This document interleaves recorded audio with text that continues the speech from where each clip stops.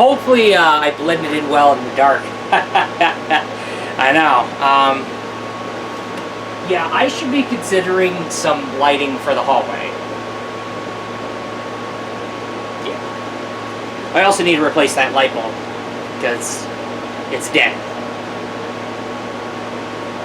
I want to swap out those two light bulbs on the lamp and the light bulb on the lamp in my bedroom, where I sleep at. Beautiful LED lighting. That would be nice. Especially when I'm recording at the night. Welcome, the Gamer Man's Lounge. Awaken to play. Enough about the rhythm of the night. Let's get right on going to a video game classics, because today's topic at hand is none other than sports. Which sport? Wrestling. Throughout history, especially the beginning of wrestling, the outside perspective has basically people viewing things as, okay, two guys fondling with each other and grabbing onto each other. Okay, but however, if we are to basically swap out the guys with girls, you'd have a boner. And, but anyway, if you're kind of feeling, down bad, alright, I think it came to the right place, to be honest with you here. Because guess what? We're going to be reviewing a wonderful game that involves an all-star cast of waifus from left and right. From the cutest to the thickest ara-ara, or the dami mommy of them all. This is what Rumble Roses was all about.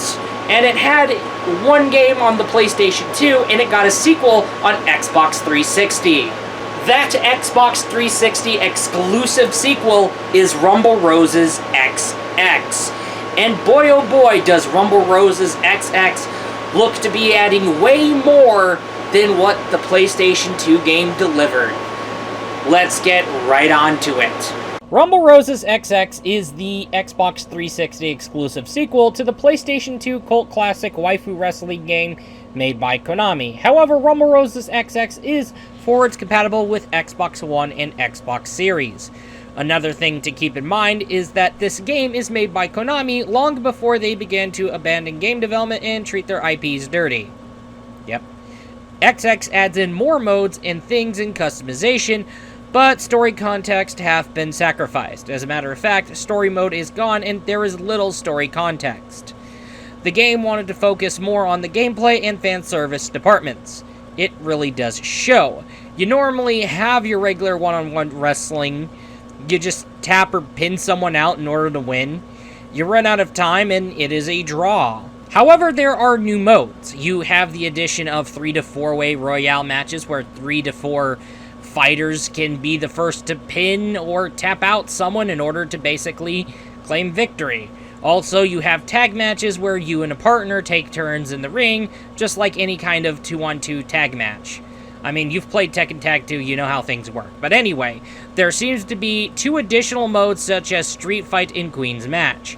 Street Fights turn the gameplay into a traditional fighter where you just deplete the opponent's health bar to win in a best of 3. You just need 2 rounds won in order to win.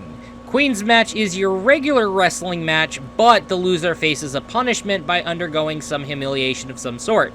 For example, the defeated combatant winds up either doing cutesy poses or just gets shoved into a pool. The punishments vary depending on the choice made, and there are plenty of punishments. And of course, you get to pick the swimsuit.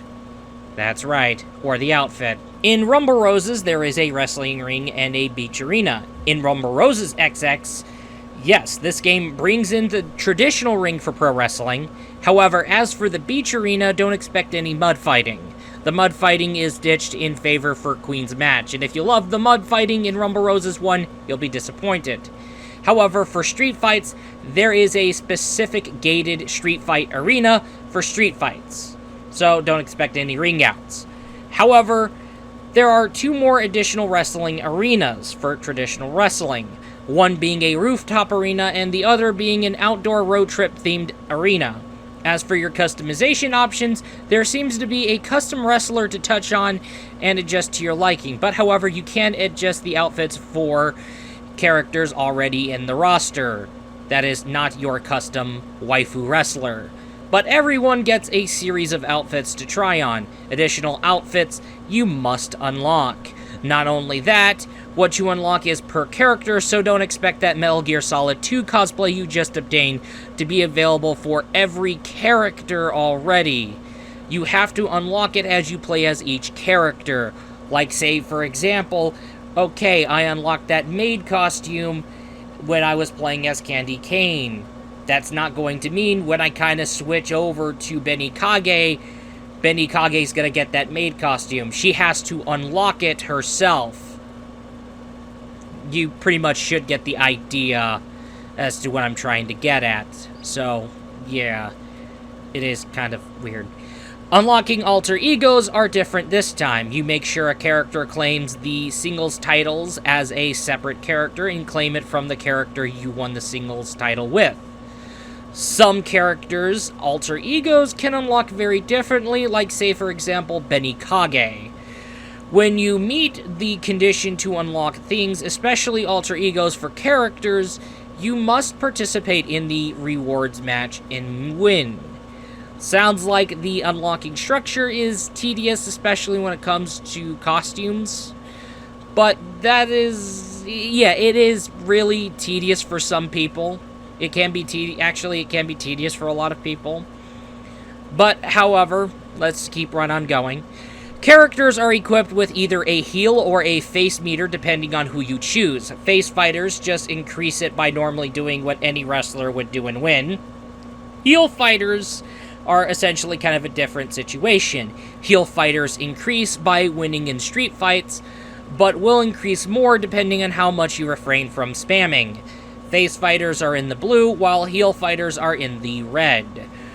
When the face or heal meters increase to a certain high or above, you can access that character's superstar version, but have the meters decrease back down, and you may risk losing superstar version of the current character you are playing unless you manage to get it back up.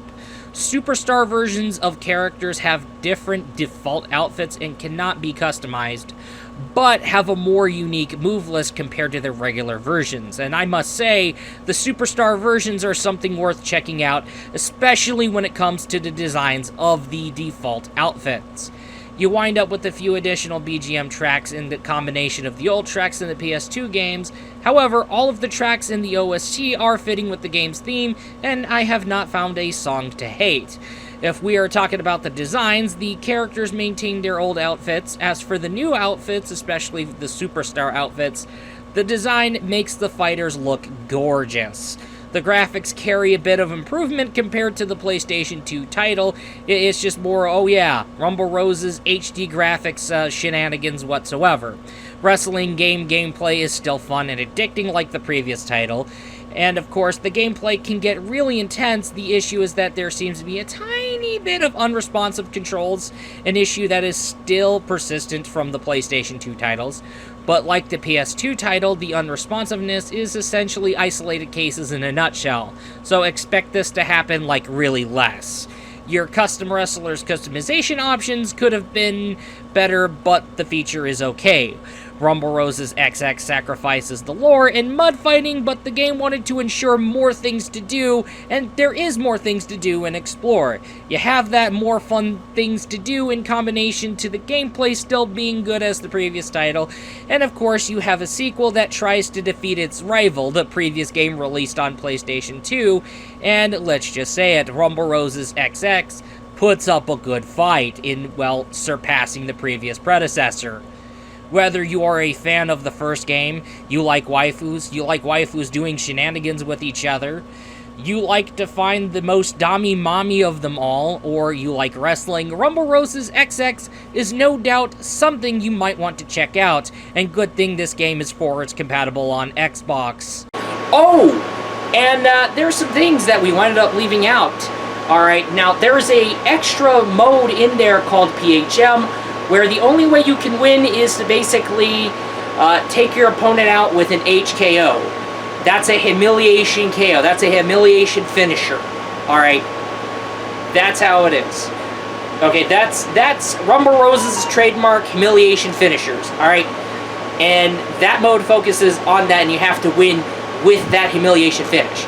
Also, another thing to keep in mind, you could also take screenshots of the waifus in photo mode. Of course, you could do some photo shoots. You could go ahead and also buy poses for photo shoots. But also, another thing to keep in mind about, you could also buy some bonus stuff like artworks and etc. And there's also online play. Okay, and there's also been hints about a hidden character who's known as Sebastian. Alright, I'll do some investigating into that. Oh, yes, also, the all-female cast of OC wrestling waifus, they can wear each other's swimsuits, and that's absolutely unlockable.